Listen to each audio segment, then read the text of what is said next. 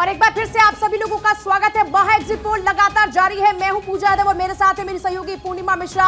हर update आपको लगातार देख रहे हैं कि क्या क्या फिलहाल आंकड़ा बढ़ता जा रहा है, कहां पर किसका आंकड़ा कम हो रहा है। हिमाचल के बाद अब रुख करेंगे गुजरात का, जहां पर बीजेपी ने पूरी ताकत झोंकी। खुद देश के प्रधानमंत्री नरेंद्र मोदी लगातार चुनाव प्रचार करते रहे। रिपब्लिक पी मार्क का आंकड़ा क्या कहता है? 128 से 148 बीजेपी के खाते में जा सकता है, कांग्रेस के खाते में 30 से 42। आम आदमी पार्टी 2 से 10 और अन्य के पास 3। रिपब्लिक पी मार्क का ये आंकड़ा आपके सामने। बीजेपी का नारा 150 के पार। इस बार गुजरात चुनाव को लेकर 27 साल से सत्ता में काबिज बीजेपी गुजरात में अग्रेसिव चुनावी कैंपेन। कांग्रेस का चुनावी कैंपेन काफी हद तक नदारद नजर आया, लेकिन रिपब्लिक पी मार्क का आंकड़ा बीजेपी को दे रहा है 128 से 148 सीट, कांग्रेस को 30 से 42, आम आदमी पार्टी को 2 से 10 और अन्य को 3। करिश्मा सचदेव हमारे साथ, हमारे सहयोगी जुड़े सीधे गुजरात से। करिश्मा का रुख करेंगे। करिश्मा, अभी जितने भी एग्जिट पोल्स हम देख रहे हैं उसमें बढ़त लगातार बीजेपी को करीबन 148 सीट्स बीजेपी को मिलती नजर आ रही है। बिल्कुल, और इसे कह सकते हैं कि मोदी मैजिक इस वक्त बरकरार है, क्योंकि अहमदाबाद में मैं आज पूरे दिन थी तो लगातार इन्हीं नारों के साथ पूरा अहमदाबाद मोदी में भी दिखाई दिया कि मोदी है तो मुमकिन है, मोदी है तो विकास है। और जो अभी आंकड़े निकलकर सामने आ रहे हैं वो इसी तरफ कहीं ना कहीं इशारा कर रही है। मनीष देसाई इस वक्त मेरे साथ, जो स्टेट हेड है, वो जुड़े हुए हैं। इसके साथ ही कुरुतार दवे जी कांग्रेस की तरफ से मेरे साथ जुड़े हुए हैं। शैलेश परमार जी हमारे साथ बीजेपी तरफ से जुड़े हुए हैं। बहुत स्वागत है आप सभी का। मनीष जी, क्या एनालिसिस है आपका, क्योंकि सीधे जो आंकड़े अब तक आए हैं वो बीजेपी के फेवर में है। हालांकि थोड़ा सा इंतजार करना होगा जब तक तस्वीरें साफ ना हो, लेकिन जो मैं ये बात कह रही हूं कि मोदी मैजिक कायम है गुजरात में, क्या कहेंगे आप? बिल्कुल देखिए, ये चुनाव भी जो है पूरा नरेंद्र मोदी के नाम पर लड़ा गया, उनके चेहरे पर लड़ा गया और उनके काम पर लड़ा गया। तो साफ सी बात है कि नरेंद्र मोदी का ही जादू चलने वाला है और वो पार्टी भी अच्छी तरह से जानती है, खुद नरेंद्र मोदी भी जानते हैं, क्योंकि खुद प्रधानमंत्री उतरकर ऐसे इतनी एग्रेशन के साथ यहाँ जब प्रचार कर रहे थे तो स्वाभाविक है कि उनका जादू तो चलना ही था। और एक बात मैं आपको कर लूं कि ये जो आंकड़े निकलकर सामने आ रहे हैं वो करीब करीब जो है जैसे बीजेपी दावा कर रही थी उसी तरह के आंकड़े आ रहे हैं। और एक चीज मैं बता दूं, हमने सट्टा बाजार के कई लोगों से बात की थी, उनका भी आंकड़ा इसके आसपास ही आ रहा था। 130-35 के आसपास का भाव सट्टा बाजार में चल रहा था। सट्टा बाजार का मैं जिक्र इसलिए कर रहा हूं क्योंकि सट्टा बाजार कोई पार्टी लाइन से या कोई आइडियोलॉजी के साथ चलने वाला बाजार नहीं है। वहां पर कैश का कारोबार होता है, सीधा पैसों का कारोबार होता है और वहां के आंकड़ों पर आप थोड़ा बहुत भरोसा भी कर सकते हैं। एग्जिट पोल एग्जैक्ट नहीं है, थोड़ा इंतजार करना होगा, लेकिन फिलहाल जो अभी तक आंकड़े आए हैं वो कांग्रेस के फेवर में नहीं है। और मुझे लगता है, क्या आपको लगता है कि कांग्रेस में कुछ निराशा इसको लेकर? करिश्मा जी, बिल्कुल नहीं। पिछली बार 2017 में भी जब चुनाव हुआ था तो कुछ इस प्रकार के ही एग्जिट पोल बताए गए थे। सभी चैनलों ने सभी न्यूज़ तकरीबन 140, 140। कुछ एक चैनल ने तो 150 सीट दिखा दी बीजेपी। लेकिन हमने देखा नरेंद्र मोदी जी ने यहाँ पे 2017 के चुनाव में लैंड करवा दिया, ये भी लैंड करवा दिया, ये पीछे की साबरमती नदी में ही लैंड करवाया। आज आपको नहीं दिखेगा यहाँ पे 5 साल में सीट। क्यों? क्योंकि 100 सीट भी नहीं आई थी मोदी साहब की।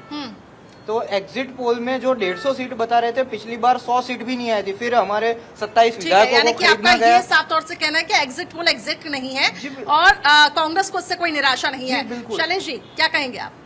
कांग्रेस को तो कुछ बीजेपी भी के लिए, लेकिन ये अच्छी खबर मैं कहूंगी कि निकलकर सामने आ रही है, वो आपके चेहरे की मुस्कान से भी पता लग रहा है। देखिए ये नरेंद्र भाई मोदी ने जिस तरह से काम किया है, यहाँ डबल इंजन की सरकार भी है।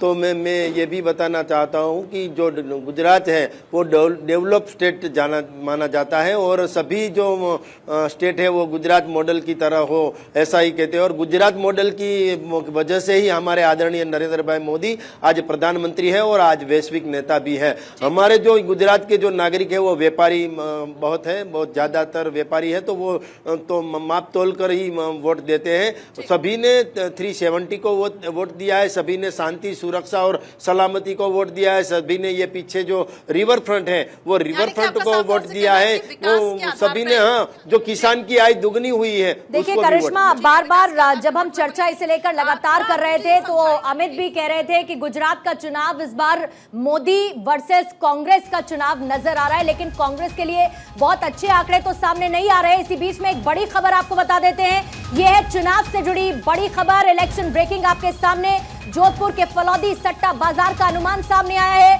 गुजरात में फिर बीजेपी सरकार के आसार हैं। बीजेपी को 136 से 138 सीटों का अनुमान इस वक्त लगाया जा रहा है और कांग्रेस को 30 से 31 सीटों का अनुमान। आम आदमी पार्टी को 8 से 9 सीटें मिलने के आसार और गुजरात में सरकार बनने के भाव 8 से 10 पैसे के हैं, जिसमें बीजेपी को मिलती हुई बढ़त सट्टा बाजार में साफ तौर पर नजर आ रही है। और करिश्मा, मनीष भी इसका देखिए जिक्र कर रहे थे, इस पर और ज्यादा हम चर्चा करेंगे, लेकिन जिस तरीके की तस्वीर देखने को मिल रही है, चाहे वो मां एग्जिट पोल के जरिए हो या फिर बात हो सट्टा बाजार की, बीजेपी इसमें बढ़त बनाती नजर आ रही है। और बिल्कुल हमारे साथ हमारे मेहमान इस वक्त बने हुए हैं, सतीश जी करूंगी। सतीश जी, गुजरात में तो बहुत अच्छी खासी बढ़त है, कुछ लोग कह रहे हैं कि विकास के नाम पर वोट मांगे गए, लेकिन चेहरा लगातार प्रधानमंत्री मोदी रहे और उन्हीं पर भरोसा अब भी कायम है।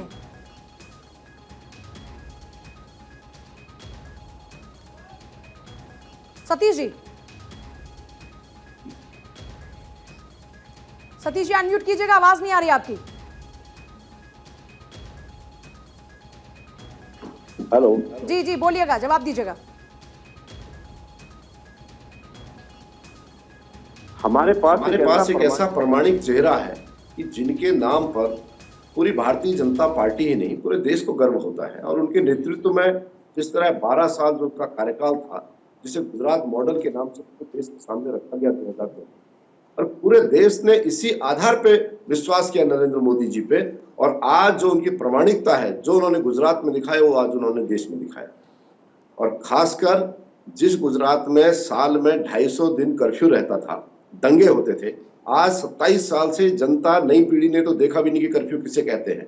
आज सुकून के साथ गुजराती व्यापार कर रहे हैं, निवेश गुजरात में आ रहा है, गुजरात आगे बढ़ रहा है। वो दुग्ध क्रांति से लेके किसी भी क्षेत्र में दिखाई देता है। और हमने जिस तरीके से प्रमाणिक गुजरात में, अभी आप देखिए SC ST जितने भी 24 जिले हैं, उसके मुख्यालय को 4 लेन 6 लेन से जोड़ने की बात की है, या पूरे गुजरात के चारों ओर 3000 किलोमीटर सड़क बनाने की बात की है, या PG से KG से PG तक बेटियों की फ्री पढ़ाई की बात की है। इतने, और ये ऐसे ही नहीं, ये जो आम योजनाएं थी, जो उज्ज्वला योजना है, सौभाग्य योजना है, जो आम व्यक्ति से जुड़ी हुई योजनाएं थी, उसका प्रमाणिक रूप से लोगों ने देखा अपने निकट। यानी कि सतीश जी, आप ये कह रहे हैं कि जो 27 साल में बीजेपी ने राष्ट्रीय स्तर पर और गुजरात में जो काम किया, जो विकास की बयार बहाई, उसका नतीजा इस महा एग्जिट पोल में साफ नजर आता है। लेकिन अनिल, बीजेपी के बाद जो आंकड़े अब कांग्रेस के देखिए नजर आ रहे हैं, एक तरफ बीजेपी कहती है कि बीजेपी आगे बढ़ती जा रही है, विकास को फैला रही है, विकास चौतरफा नजर आता है, तो इन आंकड़ों में कांग्रेस आखिर क्यों सिमटती हुई नजर आ रही है? कांग्रेस इतनी फीकी नजर क्यों आ रही है? पिछली बार से आप कंपैरिजन कर लीजिए 2017 से, इस बार के महा एग्जिट पोल के आंकड़े तो बहुत ही कम है। देखिए, अभी जब हमारे साथी भारतीय जनता पार्टी के प्रवक्ता दुनिया भर के आंकड़े गिनवा रहे थे और भारतीय जनता पार्टी का विकास गिनवा रहे थे, मुझे लगता है मोरबी की घटना ये भूल गए, जहां पर सैकड़ों लोगों को जान गंवानी पड़ी और भारतीय जनता पार्टी का जो भ्रष्टाचार था वो सामने आ गया। अभी क्योंकि थोड़ी देर पहले मैं सब लोगों को सुन रहा था, तो कोई कह रहा था कि कांग्रेस की स्ट्रैटेजी ठीक नहीं थी, कोई कह रहा था कि कांग्रेस ने मेहनत नहीं करी, जितना मिला उतना ठीक है। देखिए, आप मेरी बात नोट करके रख लीजिए कि 2 दिन बाद जब रिजल्ट आ रहा होगा तो यही लोग कहेंगे कि कांग्रेस पार्टी का तो पहले से ही ऐसा माना जा रहा था कि बिल्कुल अंडरग्राउंड जो था, करंट चल रहा था, अंडर करंट था सब चीजें। तो देखिए, ये हारने और जीतने का जो डिसीजन है, मुझे लगता है हमें जनता पे छोड़ देना चाहिए। अच्छा अनिल, जल्दी से क्विक रिएक्शन, कितनी सीटें एक्सपेक्ट कर रहे हैं इस बार आप गुजरात में? कितनी सीटें? हम लोग बहुमत की सरकार बना रहे हैं, पिछली बार भी जो अभी हमारे साथी एक प्रवक्ता ने कहा कि पिछली बार भी आप लोग कांग्रेस को नहीं गिन रहे थे और इस बार भी नहीं गिन रहे। पिछली बार भी गलती हुई और इस बार भी गलती हो गई। पिछली बार हम सरकार नहीं बना पाए थे, लेकिन इस बार हम सरकार जरूर बना देंगे। और इसका देखिए आपको देखना पड़ेगा कि आप प्रधानमंत्री जी को देखिए, हिमाचल के लिए प्रधानमंत्री जी क्योंकि जानते थे कि कांग्रेस वहां बहुत मजबूती से स्थिति सरकार बनाने जा रही है, तो खुद विधायकों को फोन कर करके कह रहे थे कि भाई आ जाओ। आज सबसे ज्यादा बागी विधायक जो थे वो भारतीय जनता पार्टी के थे, वो अलग होकर चुनाव लड़े, तो उसका कोई जिक्र यहाँ पर एग्जिट पोल में नहीं किया गया है। ठीक है अनिल आपको रोक रही हूँ। अमित जल्दी से आपसे एक क्विक रिएक्शन, करंट कहां तक फैला आपको नजर आ रहा है? क्योंकि ये तो तय था, बार बार इस बात का एनालिसिस भी हम कर रहे थे कि गुजरात में बागी जो है वो बीजेपी का खेल बिगाड़ सकते हैं, लेकिन आंकड़ों में कम से कम अभी अनुमानित आंकड़ों में ये नदारद नजर आता है। पूर्णिमा देखिए, सबसे बड़ी बात जो गुजरात में हम लोगों ने फील किया और जब हम लोग गए थे, आप भी थी उसमें शामिल, तो आपने देखा कि जो जनता है वो जनता सिर्फ और सिर्फ नरेंद्र मोदी के नाम पर सहमत होती दिखाई दे रही है। और ये बात मैं लगातार गुजरात दौरे के दौरान और उसके बाद भी कह रहा हूँ, भारतीय जनता पार्टी से उनको कई शिकायतें हैं, कई शिकायतें हैं वहाँ के लोकल विधायकों से है, वहाँ के मंत्रालयों से। लेकिन जब बात नरेंद्र मोदी के चेहरे और उनके अस्तित्व की आती है तो पूरा गुजरात जो है भारतीय जनता पार्टी को छोड़कर उनके पीछे खड़ा हो जाता है। ये बात वहाँ ग्राउंड पर इस चीज़ को क्लियर करना था। दूसरी चीज़ जो मोरबी की बात थी, मोरबी की घटना को कांग्रेस पार्टी उस तरीके से, जिस तरीके से एक चुनाव में एग्रेसिव कैंपेन के तहत उठाना चाहिए था, उसको उठाने में थोड़ी असफल रही, क्योंकि मोरबी की घटना एक ऐसी घटना थी जो टर्निंग पॉइंट कांग्रेस के लिए साबित होती है। ऐड ऑन करते हुए पिछले चुनाव में जो रिजल्ट, जो नतीजे सामने आए थे, मोरबी को और ज्यादा भुना सकती थी कांग्रेस। बिल्कुल बिल्कुल, मैं वही कह रहा था पूर्णिमा कि मोरबी की एक ऐसी घटना थी जो मानवीय आधार पर आपको एक टर्निंग पॉइंट दे सकती थी, और उस टर्निंग पॉइंट के सहारे आप एक बड़ा पैगाम गुजरात की जनता को दे सकते थे। लेकिन वहां पर एक चूक हुई। क्यों चूक हुई? कि कांग्रेस पार्टी का जो कैंपेन का एग्रेसिव मोड रहा वो गुजरात में देखने को नहीं मिला। मैंने लगभग गुजरात का दौरा किया और लगभग गुजरात के दौरे में जब नरेंद्र मोदी का कद था, उस कद के मुकाबले कांग्रेस किसी वैसे लीडर को उतारने में असफल रही। राहुल गांधी की सिर्फ 2 रैलियां हुई और उन 2 रैलियों के बाद जो पूरा दारोमदार था वो मल्लिकार्जुन खड़गे और कांग्रेस। क्विक रिएक्शन चाहूंगी। पिछली बार देखा था बहुत सारी वेरिएशंस थी, इतने सारे मुद्दे थे, अलग अलग पॉइंट्स पर कांग्रेस लगातार बीजेपी को घेर रही थी। क्या आपको लगता है इस बार वो चीज थी?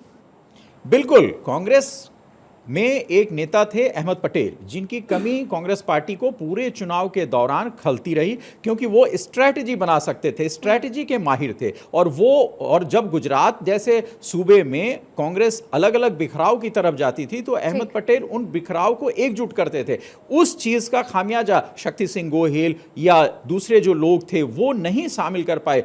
मुकुल वासनिक लगातार कैंपेन कर रहे थे सूरत में, अशोक गहलोत आ रहे थे, जा रहे थे। क्योंकि आप इसका सटीक आकलन इसलिए कर सकते हैं क्योंकि अहमद पटेल, उनकी स्ट्रेटजी कैसी गुजरात चुनावों को लेकर रही है वो आपने बहुत करीब से देखी, समझी है, और इसीलिए उसका आकलन आपकी तरफ से किया जा सकता है। हमारे साथ करिश्मा भी है। करिश्मा के पास अगर इस वक्त हम जा सकते हैं। करिश्मा, जो अभी आंकड़े नजर आ रहे हैं महा एग्जिट पोल में जो इस वक्त हमारे सामने हैं, उसमें कम से कम कांग्रेस का करिश्मा तो नहीं होता हुआ नजर आ रहा है। पिछली बार से भी बहुत खराब प्रदर्शन महा एग्जिट पोल के इन आंकड़ों में कांग्रेस का। बिल्कुल ठीक है आपने, और मुझे ऐसा लगता है कि कांग्रेस को अब निश्चित तौर पर एक मंथन की जरूरत है। एक तरफ पार्टी में जो बिखराव है, पार्टी में बड़े नेताओं की जो हम ये कह सकते हैं कि उनको दरकिनार किया जा रहा था, तो उसका कहीं ना कहीं डेंट यहाँ पे कांग्रेस को मिलता हुआ दिखाई दे रहा है। ये बिल्कुल साफ है कि कांग्रेस की तरफ से कोई बड़ा चेहरा मैदान में नहीं उतरा। इसका खामियाजा तो भुगतना ही था, वो जनता से जुड़ाव नहीं हो पाया। लेकिन दूसरी तरफ जो डेंट दे रहा है वो ये कि पार्टी में जो टूट हो रही है उसको आपने समेटा नहीं, वो बिखराव को आपने रोका नहीं। मनीष, क्या आप इस बात से सहमत हैं? बिल्कुल। देखिए, ये कांग्रेस की हमेशा से खासियत रही है। चुनाव के पहले आपको पूरी संगठित कांग्रेस दिखेगी और जैसे ही चुनाव डिक्लेयर होते हैं उसके तुरंत बाद अलग अलग गुट में बढ़ जाती है कांग्रेस। ये सबसे बड़ी समस्या है और वर्षों से मैं देख रहा हूं, क्योंकि गुजरात में मैं 25 साल से यहां देख रहा हूं, तो कांग्रेस 27 साल के बीजेपी के शासन में हमेशा से देखा है काफी गुटबाजी चल रही है और वो हमेशा निकलकर सतह पर आ ही जाती है। चाहे उसके ऊपर कितना भी पेंटिंग करने की कोशिश की जाए या उसको एक तरह से कहे कि आर्टिफिशियल दिखाव करने की कोशिश की जाए, कोई फायदा नहीं होता है। दूसरी चीज ये देखने को मिली, कांग्रेस का कोई भी बड़ा चेहरा नहीं आया लेकिन वो कांग्रेस की एक स्ट्रेटेजी के तौर पर उनको यहां नहीं लाया गया था, ऐसे कांग्रेस के कोई आला नेताओं का कहना है। क्योंकि जब भी कांग्रेस का कोई बड़ा नेता आता है, चाहे राहुल गांधी हो, सोनिया गांधी हो, या कुछ ऐसा स्टेटमेंट उनके मुंह से निकल जाता है जिसका बड़ा मुद्दा बना लेती है बीजेपी। अब तक एंड तक नहीं हुआ था, लेकिन जैसे ही मल्लिकार्जुन खड़गे लास्ट मोमेंट पर आए, उनके मुंह से रावण शब्द क्या निकला, बीजेपी ने उसका पूरा फायदा उठा लिया और वो मल्लिकार्जुन खड़गे के लिए सेल्फ गोल हो गया, कांग्रेस के लिए सेल्फ गोल हो गया। तो ये दो ऐसी चीजें हैं जिस पर कांग्रेस को बहुत मंथन करने की जरूरत है कि उनके नेता आते हैं तो पार्टी का नुकसान करते हैं, उनके स्थानीय नेता जो है वो गुटबाजी में पार्टी का नुकसान करते हैं। जी क्या कहेंगे आप? बहुत जरूरी है इस टूट को रोकना, इस बिखराव को रोकना, चाहे आप कितना पल्ला झाड़ ले कि पार्टी में सब कुछ ठीक चल रहा है, लेकिन जैसे ही इलेक्शन खत्म होते हैं, हमने देखा इलेक्शन के बीच में भी किस तरीके से जो बड़े नेता थे वो पार्टी छोड़कर गए, और दूसरी तरफ जो बयान दिए जाते हैं उन बयानों में ही कांग्रेस पार्टी घिर जाती है और कहीं ना कहीं सत्ताधारी दल को मौका दे देती है। जी करिश्मा जी, जो बयान की बात है, तो कुछ बयानों को तोड़ मरोड़ के पेश किया जाता है। जैसे कि हमने 2017 में देखा था कि राहुल गांधी जी ने एक भाषण दिया था महसाणा की रैली में, और उसका एक 10 सेकंड का वीडियो और जो प्रधानमंत्री मोदी पर टिप्पणी की थी उसको लेकर क्या कहेंगे? मतलब वो तोड़ मरोड़ के पेश किया जा रहा है। गुजरात की जनता सब जान रही है। रावण की एंट्री को भी कोई कैसे तोड़ मरोड़ कर पेश कर सकता है, आलू डालूंगा उस तरफ से, ये मुझे लगता है कि कांग्रेस के प्रवक्ता बखूबी समझा पाएंगे। करिश्मा, मैं लौटूंगी आपके पास क्योंकि इस वक्त एक और आकलन हमें दर्शकों के सामने रखना है, और भारत 24 पर एक और आकलन इस वक्त आपके सामने है जो बहुत महत्वपूर्ण चुनावी एक्सपर्ट डॉक्टर कुमार गणेश की तरफ से किया गया है। अंक ज्योतिष कुमार गणेश का आकलन इस वक्त आपके सामने है। अंक ज्योतिष डॉक्टर कुमार गणेश के अनुसार आम आदमी पार्टी को गुजरात में भले ही बहुत ज्यादा फायदा ना हो, लेकिन स्थानीय चुनावों में आम आदमी पार्टी फायदे में रहेगी। वैसी तस्वीर बनती हुई इस वक्त जरूर नजर आती है। आम आदमी पार्टी के गुजरात के आंकड़े आप देख लीजिए, और अब से थोड़ी ही देर बाद आपको एमसीडी के आंकड़े हम दिखाने वाले हैं, क्योंकि जो एमसीडी के आंकड़े एक पूर्वानुमान जो नजर आ रहा है इन सीटों को लेकर, वो आप देख लीजिए। बीजेपी 250 वॉट्स की हम बात कर रहे हैं, जिसमें 71 से 93 वॉट्स पर काबिज होती हुई नजर आ रही है। आम आदमी पार्टी 145 से 171, जो अपने आप में एक बहुत ह्यूज नंबर है।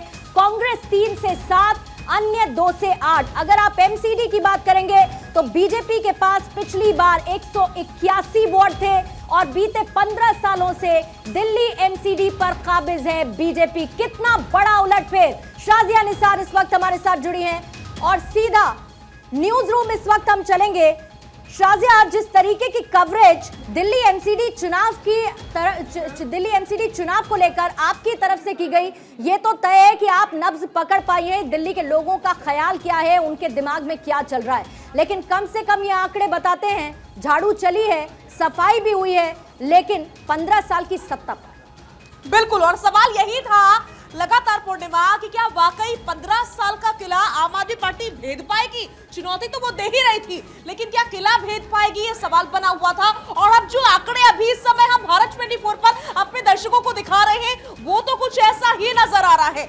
जब भी मैंने जनता से बात करी, दिल्ली के जनता से एमसीडी चुनाव को लेकर के, तो जनता सिर्फ एक इलाके की नहीं बल्कि 10 इलाकों की जनता ने यही कहा कि हमें काम चाहिए, हमें पार्षद कांग्रेस का, बीजेपी का, आम आदमी पार्टी का नहीं चाहिए, एमआईएम का नहीं चाहिए, बल्कि हमें पार्षद वो चाहिए जो कि विकास करे, जो कि दिल्ली को बेहतर बनाए, जो कि दिल्ली की सड़कों को बनाए, हमें सही पानी ला कर दे। और हमने देखा है पूर्णिमा कि किस तरीके से बीजेपी की ओर से एक के बाद एक आरोप लगाए गए। दूसरी तरफ आम आदमी पार्टी के ऊपर यह भी आरोप लगा कि वो तो टिकट बेच रही है, स्टिंग ऑपरेशन हुए। तो ऐसा लग रहा था कहीं ना कहीं आम आदमी पार्टी जो कोशिश कर रही है चुनौती देने की, उसमें फेल हो जाएगी। लेकिन ऐसा होता हुआ इन आंकड़ों के जरिए तो नजर नहीं आ रहा है। बहुत बड़ा डेंट बीजेपी को यहां पर लगा है, इतना तगड़ा डेंट लगा है जिसकी खुद उम्मीद बीजेपी को नहीं होगी, इनफैक्ट आम आदमी पार्टी को नहीं होगी, जो डेंट यहां पर आम आदमी पार्टी बीजेपी को लगाती हुई नजर आ रही है। एक के बाद एक हर दूसरे दिन स्टिंग ऑपरेशन जारी किए गए, खुलासे किए गए, सत्येंद्र जैन को घेरने की कोशिश हुई।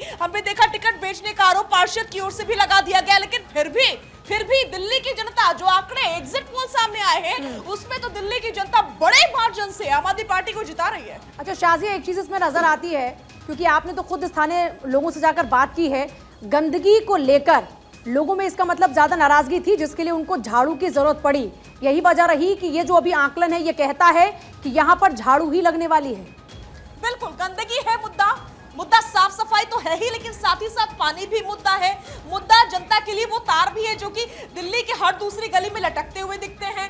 मुद्दा पुरानी दिल्ली जैसे निजामुद्दीन जैसे इलाकों में तो पार्किंग का भी है, जहां पर लोग बहुत ज्यादा परेशान है। उनका कहना था कि टूरिस्ट आते हैं लेकिन गाड़ी खड़ी करने की जगह नहीं होती है। तो ये सारे मुद्दे थे और इसीलिए मैं बार बार पूछ रही थी कि क्या इस बार राजनीतिक मुद्दों को ज्यादा इंपॉर्टेंस दी जाएगी, यानी कि वो मुद्दे जैसे कि स्ट्रिंग ऑपरेशन हो रहा है, भ्रष्टाचार का आरोप लग रहा है, या फिर पार्षद पर टिकट बेचने का आरोप लग रहा है, इस तरह के मुद्दों को इंपॉर्टेंस मिलेगी या फिर जमीनी मुद्दों को। तो ऐसा लग रहा है दिल्ली की जनता ने जमीनी मुद्दों को इंपॉर्टेंस दी। और अगर शाजिया इसमें फ्रीबीज को ऐड कर दिया जाए तो बिल्कुल भी गलत नहीं होगा, क्योंकि फ्रीबीज का जिक्र बार बार दिल्ली एमसीडी चुनावों में होता रहा। आम आदमी पार्टी जहां जहां चुनाव प्रचार करती है वहां पर मुफ्त की रेवड़ियों का भी जिक्र होता रहा, फ्रीबीज आती रही, लेकिन इसमें समुदायों का भी देखिए बड़ा रोल होता है। क्या जो आंकड़े इस वक्त हमें नजर आ रहे हैं और आम आदमी पार्टी के पास एक ह्यूज नंबर नजर आ रहा है, उसमें रहने वाला दिल्ली में पंजाबी समुदाय, दिल्ली में रहने वाला बंगाली समुदाय, ये सब लोग क्या कलेक्टिवली आम आदमी पार्टी को ये मजबूती दे रहे हैं इस पूर्वानुमान में?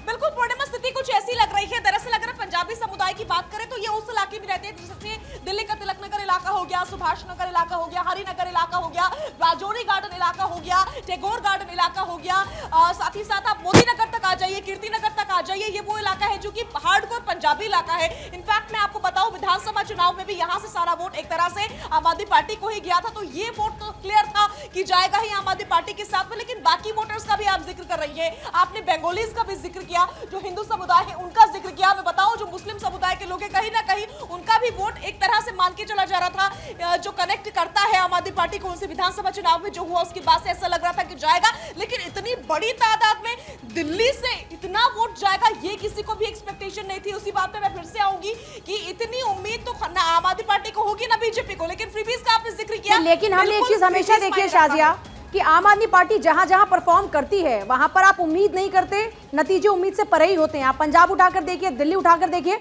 और अब उसकी बानगी हम देख रहे हैं आम आदमी पार्टी की परफॉर्मेंस की एमसीडी के चुनाव में भी।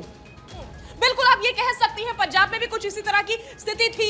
इनफैक्ट अभी हम देख रहे हैं हिमाचल में देखना ये होगा कि आखिर होता क्या है। पहली बार चुनाव लड़ रही है, लेकिन दावा जरूर किया जा रहा है। गुजरात में भी कुछ इसी तरह की स्थिति है। लेकिन अभी कुछ देर पहले एक पूर्णिमा की ओर से फ्रीबीज का जो जिक्र किया गया था, कई ऐसे लोग थे जब मैं रिपोर्टिंग कर रही थी ग्राउंड जीरो पे तो मुझे मिले थे, जिनसे मैंने कई बार क्रॉस क्वेश्चन करने की, उनको घुमाने की, अलग तरह से सवाल पूछने की कोशिश की। तो जनता का ये कहना था, अरे भैया हमें फ्री पानी चाहिए, हमें फ्री बिजली चाहिए, हमें फ्री में चीजें चाहिए, और अगर मिल रही है तो उसमें दिक्कत किस बात की है। तो इस मुद्दे को भी इंपॉर्टेंस दिल्ली में अभी इस बार मिली है, ऐसा लग रहा है। एक तबका, भले ही छोटा तबका हो, कम तबका हो, छोटा वर्ग हो, लेकिन उसने इस मैटर को भी इंपॉर्टेंस दे करके कहीं ना कहीं उस मार्जिन तक पहुंचाने में मदद की है।